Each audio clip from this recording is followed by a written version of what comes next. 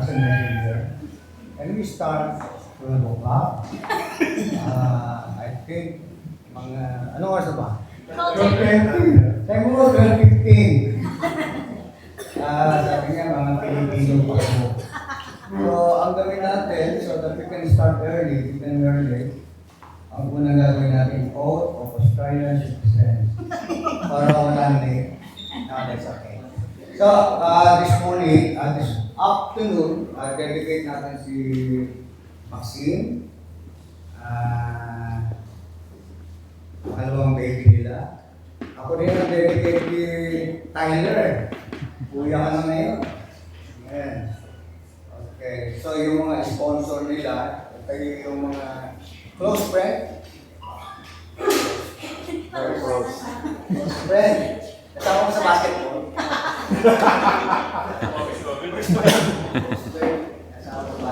All things beautiful because of the light. And light also brings light. So, yung second candle that represents the light of Maxine. We know that the light of Maxine, that our light comes from God. So, I'm going to light the candle of Maxine that represents her light. Our light, all our light comes from the Lord. Amen. So what does this represent? Now, sometimes our life, yung natin, yung candle natin nag-iip. And the best way we can do is go back to the Lord so that we will be enlightened again by the light that comes from the Lord. So yan po ang candle. Ang pangalawa po, yung white rose. Ito po ang white rose. White rose represents purity, holiness. And we know God is a holy God. Okay? And I give it to share. Share. Ano ang gusto mo tapos sa share? Share.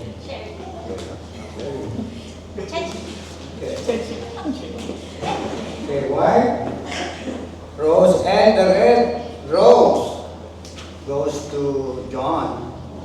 John. Why red and white? You know, this also rose, it represents the blood of Christ. The blood of Christ purify our sin so that we can maintain holiness. That's why Jesus came 2,000 years ago, died for us, saved us on the cross, gave His life so that the purity of man will be maintained by the blood of the Lord. So always remember the blood of the Lord and the purity. I give it to you, John. Anong kakainin yan? Okay, so, thank you. Yung assistant ko nga pala, si Nancy. Mga relative po kami. Amen. So, meron po tayo isang oras sa Max. Okay, yung Max.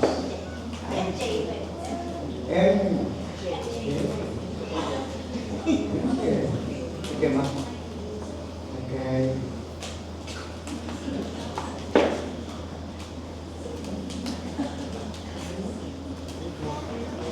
Can I ask everybody to stand?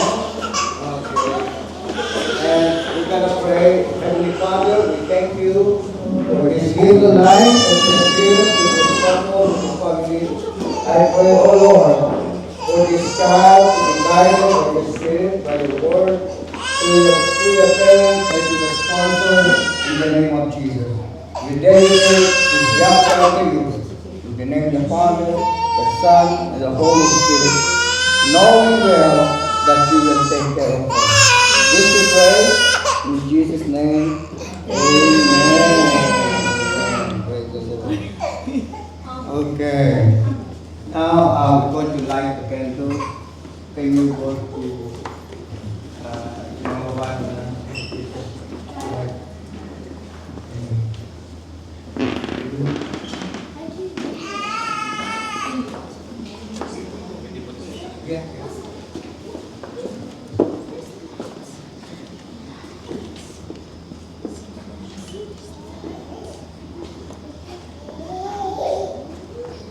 Okay, stay here. Dito kayo sa, harap kayo sa mga tao.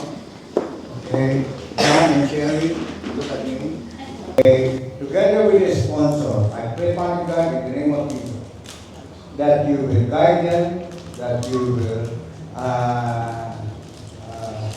speak to them, that you will help them, and bring the child in the way and the fear of the Lord. Now you're laughing, you're smiling at me before you're crying, and we know because you are filled with joy. Thank you, Lord. Bless this couple, bless this sponsor, and please bless this full congregation. In Jesus' name, amen. Amen. Let's give the Lord a clap offering to the Lord. Amen. Praise the Lord. You can sing to the Lord now. Congratulations. We will ask you to sign the certificate. It will.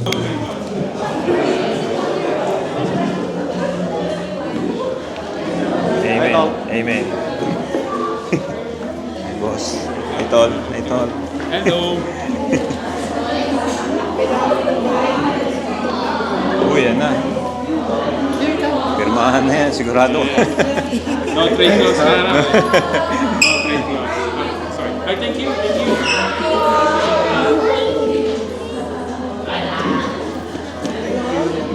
Good lang sa lamin ko. Pangalan mo yan? Pag sa work, sa lamin yan. Why you cry? The name is mine. Ano po? Bill.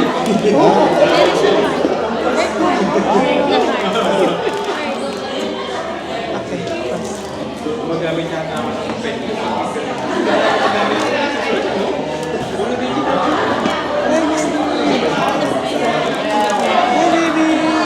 What happened? What happened? What Were you happened? like that? Yes. Okay, last one. Hello. And I would like to present this child dedication certificate. This is certified that Austin Josephine Reyes was dedicated to the Lord. The express prayer of her parents, John Carlos Reyes and Sherry Marie Santos, that she may grow up to know God and serve Jesus Christ as her personal Lord and Savior. Dedicated to the Lord is 15th day of March 2025 at Sunside Neighborhood Center, 32 Birchwood Avenue, Sunside, 2767 Australia. Signed by the sponsor. Maybe one. Okay. Proof, Okay. proof. 1,000. Proof. Yeah, I'm joking. You can make it 10,000. Sean Santos. Gabriel Last. Dan Antipolo. Kita pregah ko dito. Christine Malho. Christine Kalandan. How do you say it? Margot Guzon. Hirap ng pangalan. Norma Pablos. Well, thank you po. Signed by yours truly, officiating minister, Renato Pirepe, Senior Pastor of the World Christian Mission. Amen. Palakpakan po natin ang Panginoon and John. Amen.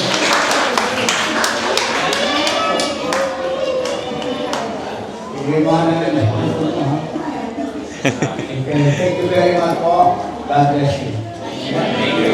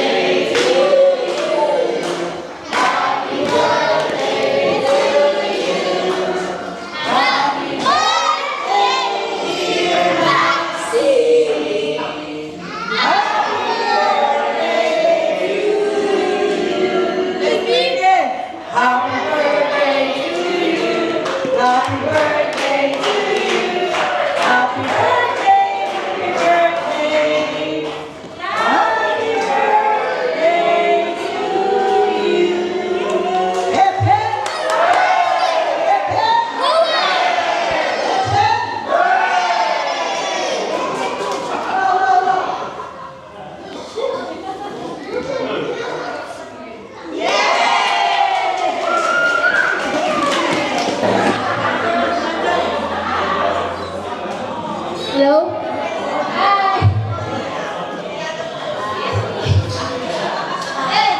Hi everyone. I just really wanna say thank you for coming. Still early, okay? We're not going home yet. But I just really wanna say thank you for coming to for Maxine's dedication and her first birthday.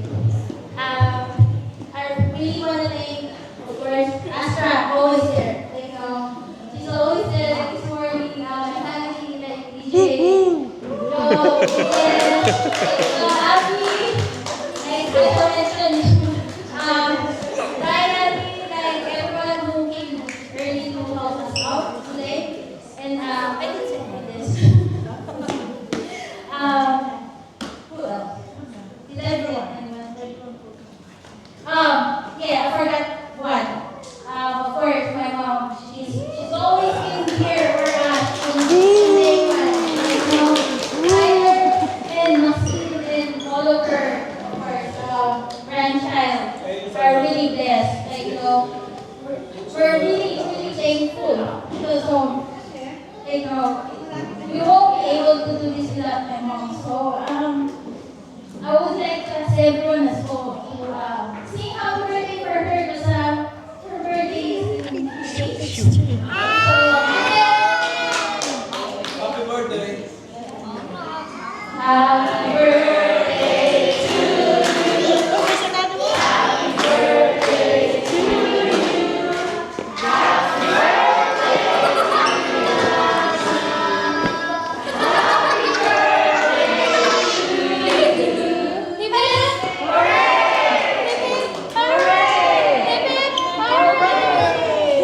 That's the cake. Here. Oh, there. Blow, blow. Mama. Why you blow, Mama? Happy birthday.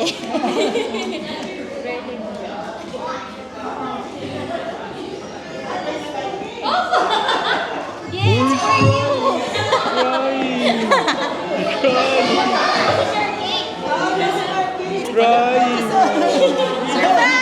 Surprise! I didn't know. Mommy's crying. Didn't know.